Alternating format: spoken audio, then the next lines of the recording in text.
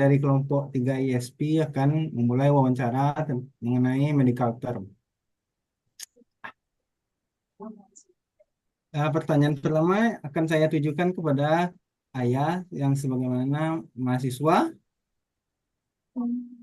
Mahasiswa farmasi di Poltekkes Jakarta 2.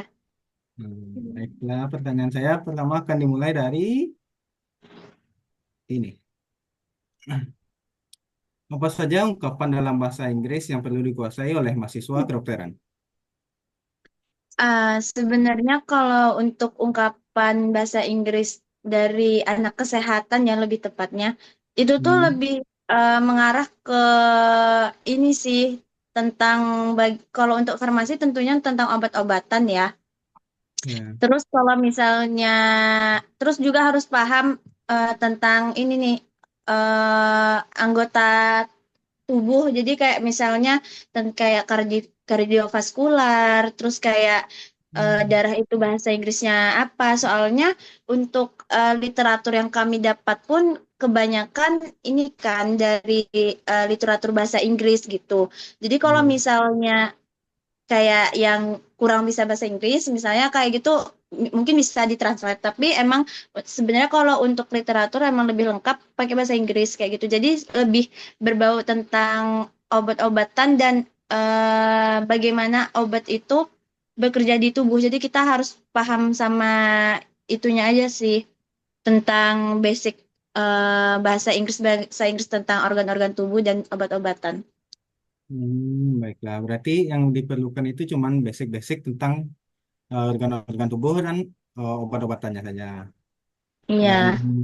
pertanyaan selanjutnya mungkin akan saya tanyai mengenai keterampilan apa saja yang sudah Anda kuasai dalam bidang tersebut. Maksudnya gimana nih? Maksudnya itu keterampilan bahasa Inggris apa saja yang sudah mungkin kamu ketahui mengenai bidang farmasi ini. Oh, sebenarnya kalau untuk keterampilan balik lagi ya kayak yang aku bilang tadi, karena kan kalau yang dari farmasi khususnya di tempat aku sendiri itu untuk bahasa Inggris kami itu cuma ada di 2 semester, di semester awal sama semester 2. Nah, Hmm. untuk semester awal kami itu fokusnya ke vocabulary. Nah, yang kedua di Hmm. semester 2 kami lebih ke speaking karena kami ada pelayanan farmasi kan dengan eh, pasien-pasien nantinya lebih ke situ. Berarti secara basic mungkin kakak sudah menguasai mengenai speaking dan vocab-vocabnya mungkin sudah bertambah ya kan? Baiklah untuk Iya. pertanyaan selanjutnya mungkin akan disampaikan oleh teman saya, Zafran Muriel mungkin. Oke, ini lanjut ya berarti Liko ke pertanyaan yang selanjutnya ya. Ya, ini lanjut ke pertanyaan selanjutnya. Untuk pertanyaan selanjutnya yang mau saya tanya yaitu keterampilan bahasa Inggris apa saja sih yang diperlukan mahasiswa kedokteran itu untuk pekerjaannya di masa depan mereka? Ya Hmm. misalnya nih, eh, bahasa Inggris ini, ilmu bahasa Inggris apa yang diperlukan ketika mungkin menghadapi pasien yang turis, bule gitu kan, atau apa, atau di bidang farmasi ini keterampilan apa yang dibutuhkan untuk pekerjaan Oke, mereka? oke, makasih ya pertanyaannya. Iya. Untuk keterampilan apa? Yang pertama tadi lebih ke speakingnya ya. Terus kayak sebenarnya emang sangat diperlukan bahasa Inggris untuk kami yang anak kesehatan karena kan kita bekerjanya di apotik dan di rumah sakit ya, yang pastinya banyak ketemu sama orang. Itu juga kita nggak bisa mastiin itu hanya orang Indonesia aja atau orang luar kayak gitu. Nah, jadi dari yang aku sampaikan tadi, mungkin untuk dari yang harus paham, harus udah benar-benar tahu tentang vocab-vocab tentang kesehatan, dan sama bagaimana dia bisa menjelaskan dengan bahasa Inggris dalam melayani pasiennya nanti kayak gitu.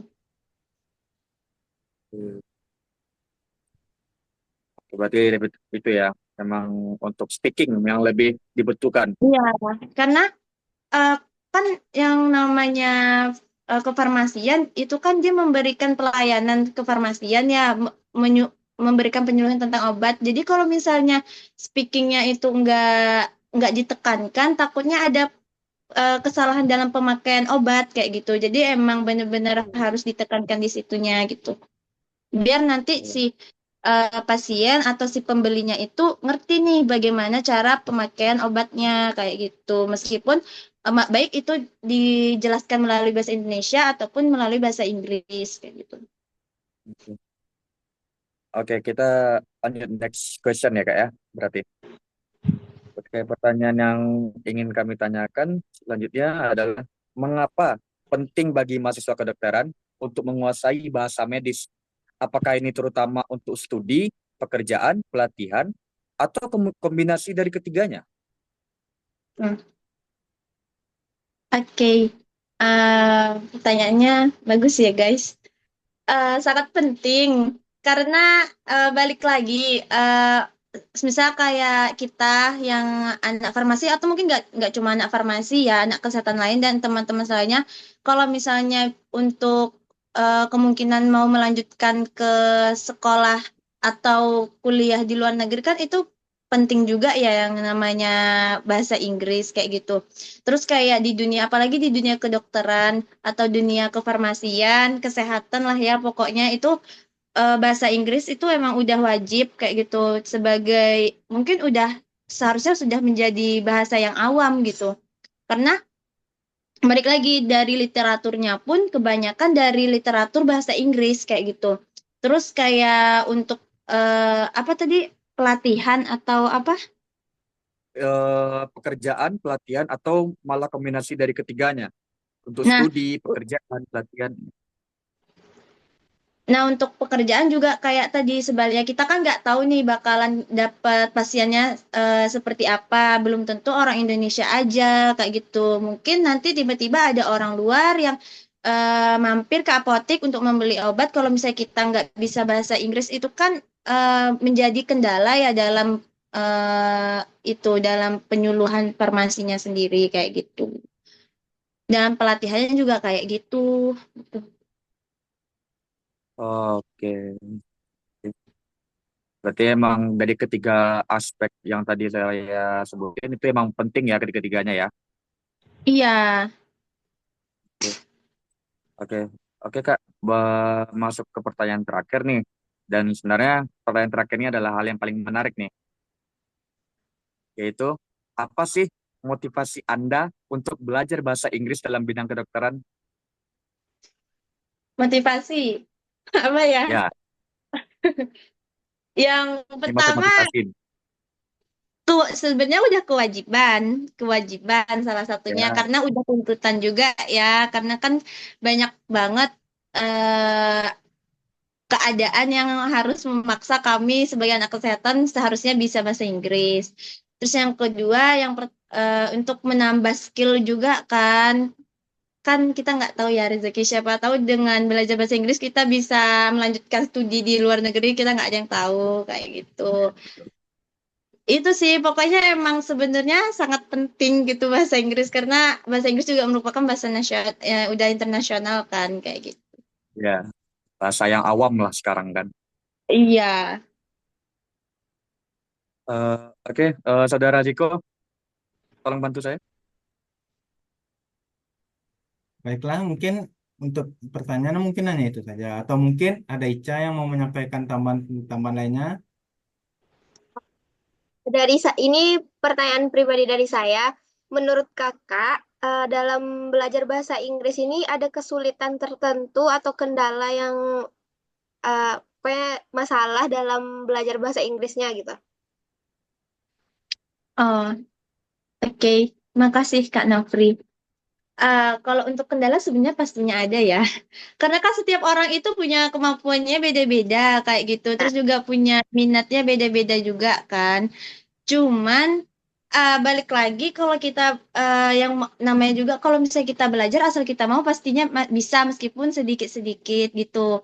Dan disarankan kalau untuk anak kesehatan atau untuk kita semua setidaknya dasar dari bahasa Inggris itu dapat kayak gitu loh. Jadi kita nggak yang terlalu terbingungkan gitu kalau misalnya kita suatu saat ketemu dengan orang-orang atau dengan bahasa-bahasa Inggris, mungkin itu dari jurnal atau itu dari literatur lain untuk mempermudah kita juga dalam perkuliahan kan kayak gitu sih. Hmm, Oke.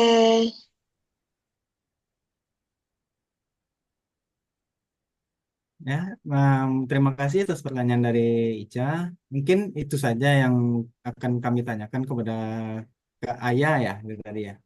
Iya. Nah, terima kasih ya Kak untuk menjadi teman untuk mewawancara kami. Soalnya kami juga rada kepo sih apa sih yang akan dilakukan oleh mahasiswi farmasi lah lebih khususnya kan yang akan dilakukannya selama beberapa periode ke depan ini nanti. Iya. Mungkin itu saja dari kami. Terima kasih telah menonton. Oke, teman-teman juga semangat Terima belajarnya. kasih ya, Kak. Terima kasih ya Iya, Kak. Nah, Zaki.